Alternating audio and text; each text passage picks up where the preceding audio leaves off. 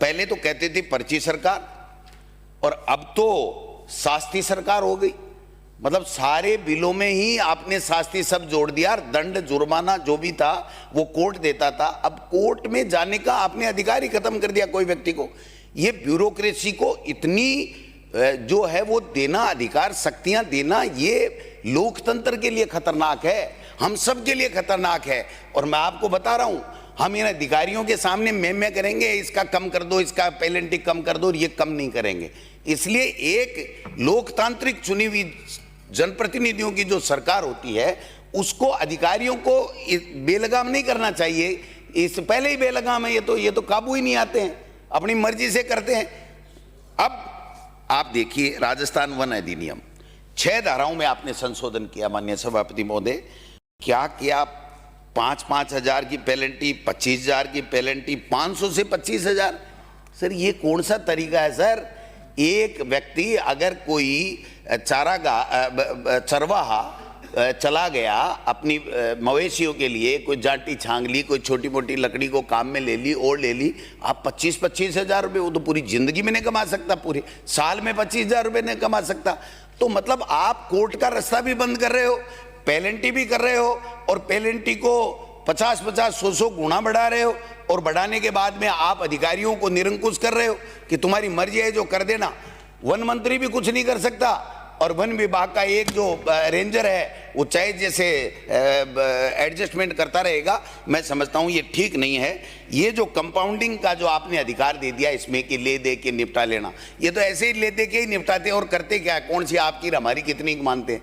ले दे के निपटाने में तो माहिर हैं।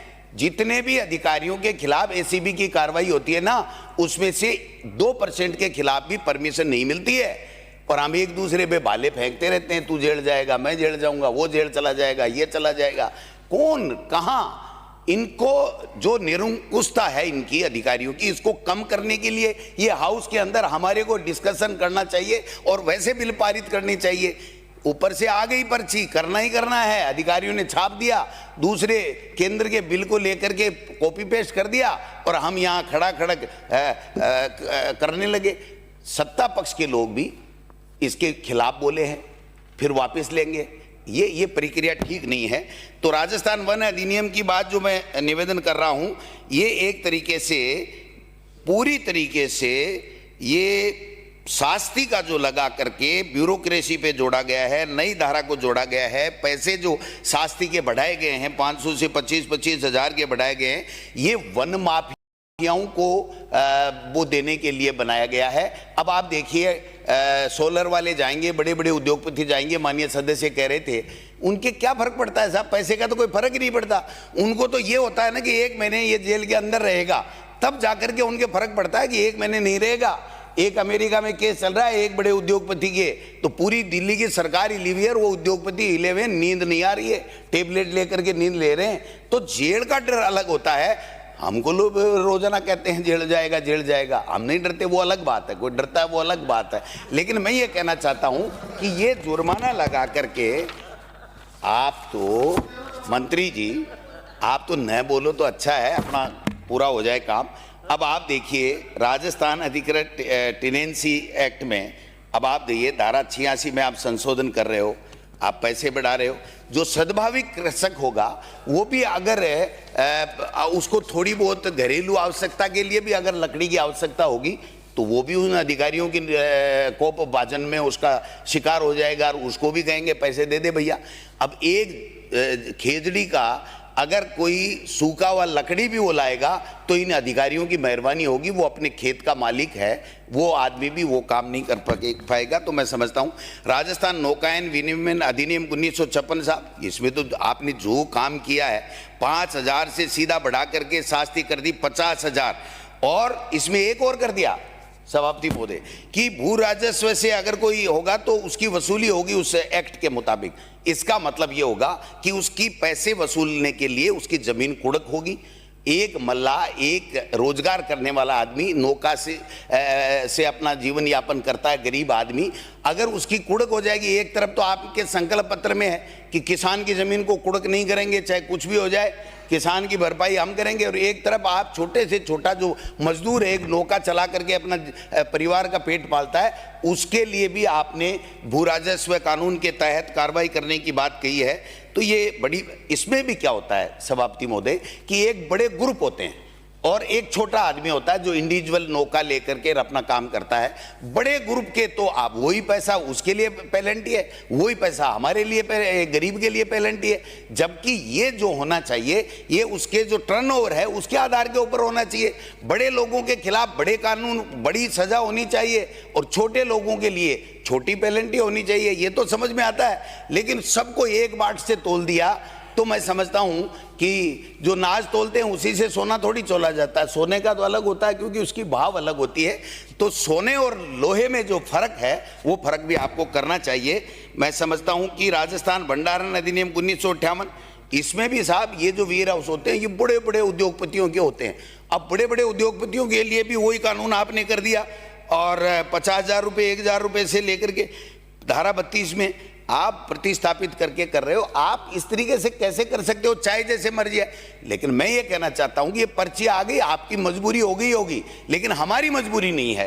भारतीय जनता पार्टी की सरकार की मजबूरी हो सकती है, लेकिन हम जो जनप्रतिनिधि जनता के द्वारा चुन करके आए, जनता की आवाज विपक्ष के रूप में बोलना चाहते हैं, उनकी कोई मजबूरी नहीं है। हम हमारी बात कहेंगे और हम कोशिश करेंगे कि इस तरीके से नहीं हो। राजस्थान भंडारण का आपको मैंने बता ही दिया है सर। दूसरा आप देखिए, राजस्थान गैर सरकारी शैक्षिक संस्थान, इसमें तो कमाल ही कर दिया आपने। कोई छोटी मोटी संस्था जन सेवा के लिए, बच्चों को शिक्षा देने के लिए कोई सोसाइटी है, कोई एनजीओ है, कोई ट्रस्ट है, अगर वो शिक्षा दे रहा है तो उसके लिए भी 2 लाख।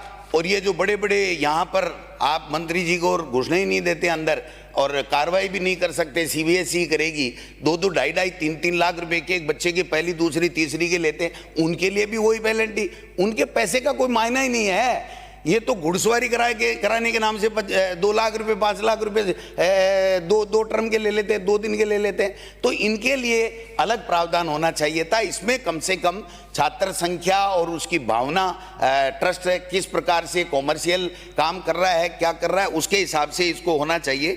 राजस्थान स्टाम्प अधिनियम 1998 में इसकी भी वही बात है, धारा 73 में आपने किया है। और उद्योग, राजस्थान राज्य जो है सहायता उद्योग अधिनियम 1961 औद्योगिक विकास के लिए, ये भी इंस्पेक्टर राज कायम कर दिया आपने। तो एमएसएमई, छोटे जो उद्योग लगाने वाले लोग हैं, एक तरफ तो हम कहते हैं कि उनको हम सुविधाएं देंगे और सुविधा देकर के वो अपना स्टार्टअप शुरू कर पाएंगे, और एक अडानी अंबानी जैसे बड़े उद्योगपति, तो आप उन सब के लिए एक ही कानून लेकर के आ रहे हो, एक ही शास्ति लेकर के आ रहे हो। तो ये कहां तक न्याय है? दिल्ली वालों की तो सोच समझ में आती है कि बड़े उद्योगपतियों को फायदा देना, गरीब उनकी केंद्र बिंदु में नहीं है, गरीब के लिए कोई नहीं है, लेकिन आप भी वही काम करने लगे। तो इतना तो कम से कम विवेक इस्तेमाल करना चाहिए कि बड़े उद्योगपतियों के लिए किस तरीके की बात होनी चाहिए और छोटे लोगों के लिए किस तरीके की। राजस्थान विद्युत शुल्क अधिनियम 1962 साहब, ये तो आपने जोरदार काम कर दिया। मतलब वही तो परिवादी होगा, वही फैसला करेगा, वही जज होगा, सब कुछ उसी के भरोसे छोड़ दिया।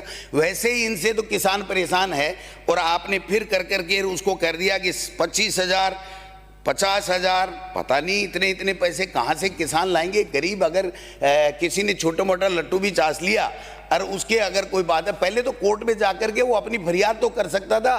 सर कोर्ट नहीं होगा ना तो ये लोकतंत्र ही खत्म हो जाएगा। मैं आपको बता रहा हूं, डेमोक्रेसी और तानाशाही सरकारें हो जाएंगी, चाहे कोई भी हो। जब तक कोर्ट है तब तक आदमी को ये विश्वास होता है कि मैं जाकर के मेरे कोर्ट से न्याय मुझे मिलेगा, और मिला भी। आपने देखा भी होगा कई जगह कई फैसले हुए हैं, चाहे जिसको चाहे जो जेल में डाल दो, किसी की ईडी भेज दो, किसी की और कर दो, और वो जाकर के आते ही हैं। इसमें क्या दो राय है, आप बताइए।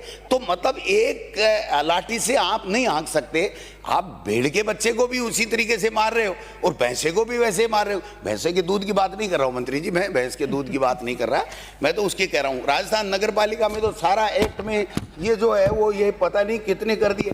आप बताइए निर्वाचित प्रतिनिधि क्या करेंगे? आपने सारे अधिकारियों को पावर दे दिए। आज नगर पालिका में चेयरमैन है, पंचायत राज में प्रधान होता है, जिला प्रमुख होता है, उसको तो पता ही नहीं। वो तो बेचारे 5 साल इसी काम में लग जाएगा, गिड़गिड़ाते हुए साहब कम करना, ध्यान रखना, पेनल्टी कम करना, पेनल्टी कम करना। इसमें यह भी नहीं है कि किस प्रकार के प्रकरणों में कितनी पेनल्टी होगी, कम कौन कर सकता है, ज्यादा कैसे होगी, मैक्सिमम करे उसकी मर्जी। मिनिमम करे उसकी मर्जी, यानी लेन देन का सौदा तय हो जाएगा, इसके अलावा कुछ भी इनसे कोई फायदा होने वाला नहीं है। तो मैं यही निवेदन करना चाहता हूं, एक जो आपका कानून आया है जयपुर जल प्रदाय और मल बहन बोर्ड, ये भी है, इसमें भी इसी तरीके से आपने 1,000 रुपये से 10,000 रुपये कर दिए। अदालतें एक तरीके से आपने खत्म कर दी है। अब तक कानून का राज था और इन 11 एक्टों में संशोधन के बाद में अधिकारियों का राज हो जाएगा, इंस्पेक्टर राज कायम हो जाएगा, भ्रष्टाचार की भेंट चढ़ जाएगा पूरा प्रदेश और पूरे प्रदेश में भ्रष्टाचार होगा। ये मैं आपसे निवेदन करना चाहता हूं कि न्यायालयों की स्वायत्ता को बनाए रखकर, एक आदमी का अधिकार होता है सभापति महोदय कि मुझे अगर कोई तकलीफ है, मुझे समझ में नहीं आ रहा, गलत हो रहा है मेरे साथ में, तो मैं कोर्ट में जा सकता हूं। 107-16 का इस्तगासा होता है, अगर किसी को पाबंद करना है तो कोर्ट के द्वारा करेंगे। और आपको पेनल्टी करनी है, चाहे जिसको छोड़नी है, लाखों पेड़ कटवाने हैं तो सोलर के लिए या उद्योगपतियों को फायदा देने के लिए, तो एक छोटा सा शास्ति का प्रोविजन कर दिया, कानून का खत्म कर दिया। इतना भी कानून से नहीं डरना चाहिए। मैं समझता हूं कि ये सब चीजें भी हमको करनी पड़ेगी। इसलिए मैं सभापति महोदय यही कहना चाहता हूं, ये जो 11 बिल आपने दिए हैं, मैं समझता हूं कि ये सारे के सारे केवल और केवल अदालतों का अधिकार आपने छीना, ब्यूरोक्रेसी को, अधिकारियों को आपने दिया, गरीब और अमीर, बड़े उद्योगपति और छोटे उद्योगपतियों में आपने कोई भेद नहीं किया है। ये सारा का सारा ये राजस्थान साहूकार अधिनियम है साहब। आप बताओ 25,000, ये लाख, वो लाख, क्या बताओ। एक आदमी, गरीब आदमी अगर साहूकार से लेकर के 2 रुपये अपनी बेटी का हाथ पीला करता है, उसके लिए भी वही है, और बड़े बड़े घपले करता है उसके लिए भी वही कानून है।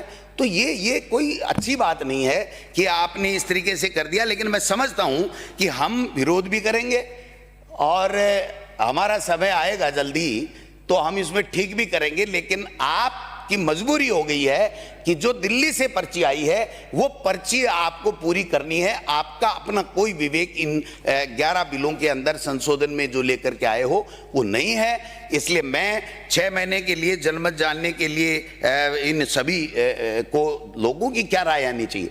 जन विश्वास तो तब कायम होगा जब जनता कहेगी कि ये हमारे लिए उपयोगी है और हम ये चाहते हैं।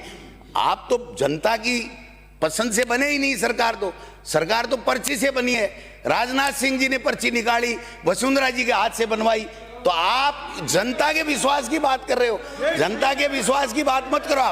आप जनता के, ये सच्चाई है, इस सच्चाई से मुंह मत मोड़ो। आपका भी वही होने वाला है। माननीय सभापति महोदय, इतने सीनियर आदमी को मंत्री नहीं बनाया, बिल पर बोलो। इतने सीनियर आदमी को यूडीएस मंत्री रहा आदमी यूडीएस मिनिस्टर के सामने गिड़गड़ा रहा है कि मेरी नगर पालिका में एक ईओ लगा दो। तो ये जो हो रहा है ना, ये पर्ची सिस्टम खत्म होना चाहिए और इन में संशोधन नहीं होना चाहिए। जब तक जनता की राय नहीं आ जाए तब तक नहीं होना चाहिए। ये मैं निवेदन करना चाहता हूं। Thank you.